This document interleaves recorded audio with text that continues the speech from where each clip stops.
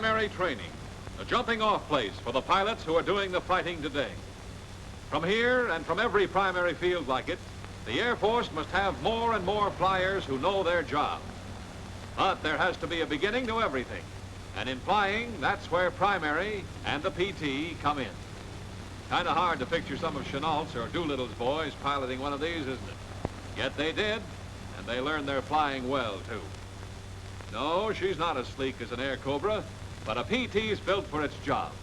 Slow, sturdy, and dependable. A cinch for learning to fly, and she can take a terrific beating. About the only thing she can't do is think. She relies on the pilot for that completely. She has no use for the flyer whose one object is to get into the air any way, anyhow. You know them, the kind who just won't or can't learn regulations. The kind we must wash out. Bill Martin here is an average cadet.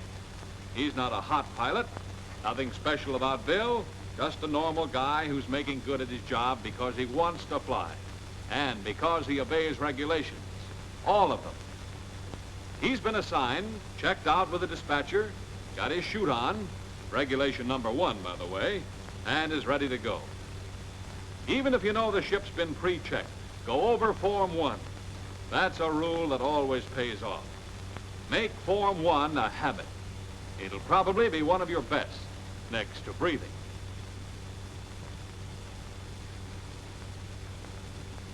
Fasten that safety belt. Then test the switches. Be sure you've got a full tank of gas and plenty of oil. While she warms up, check those controls. That's another regulation.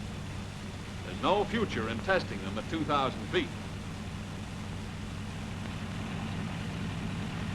And you've got to have that tachometer register 1550 before you take off. Cold motors are bad bets.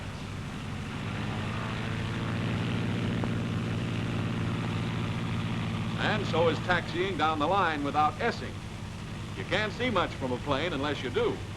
And that prop can do a lot of damage.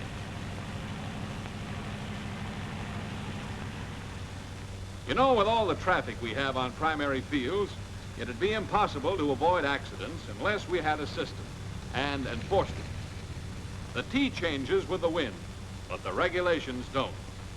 So watch the flags on the tower. Should wind direction change, you'll see a red flag, which means wait, whether you're landing or taking off, until the patterns change. That's a rule, one that's as important as seeing that there is nothing coming in or going up ahead before taking off.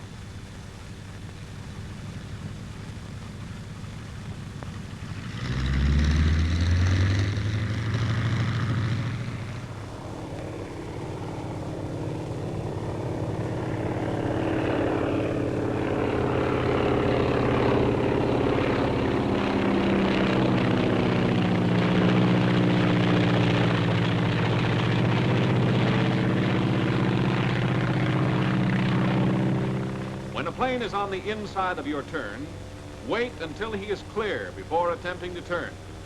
Don't do this. Congestion around a primary field can get as thick as Times Square on a Saturday night. And breaking a traffic rule is just asking for trouble. So once you get your altitude, leave the pattern according to your field regulations. Patterns vary at different fields, but the principle is always the same. There's another regulation. Any ship approaching from your right always has the right of way. And there's no percentage in trying to outbluff anybody heading at your prop. If you both turn to the right, you're obeying regulations. If not, you're both quick candidates for a washout. Obey regulations and follow that pattern. Well, let's watch those figure eights, rolls, and dives Bill's supposed to do today. I know such acrobatics don't seem very exciting after you do them over and over a few hundred times, but your instructor knows what he's doing. You'll have plenty of time later on for real stunting. In fact, we'll be glad to teach you. But right now, you're expected to learn primary principles and the regulations that go with good flying. Try breaking this rule if you want that washed out feeling. So leave acrobatics alone until you have thoroughly learned these principles and regulations. And stay right side up. Later on, you'll get more stuff, including instrument flying through clouds. But PTs aren't equipped for that, and neither are you. So fly clear of them. That's the stuff, Bill. You never know what's on the other side of an inviting-looking cloud, so keep away from them. Stay inside your field limits. Many a good potential pilot has left for greener pastures because he couldn't find his way home. Another regulation? Yes, and plain common sense. And speaking of common sense, keep an eye on your instruments.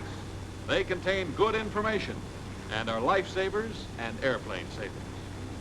Take that oil temperature gauge, for instance. If it goes up to the red line, that's trouble. If you can't remember to check your instruments on a PT, what a swell time you're going to have in a B-17, if you get one. More common sense. Keep looking around while you're up there. Maybe somebody else figured it was a nice day to fly.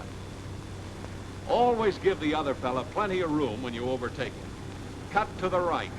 He expects that, and you will too. Keep a PT under 186 in a dive. You can open up on a P-40 later on. Then you'll get your chance to try anything. Well, practically anything.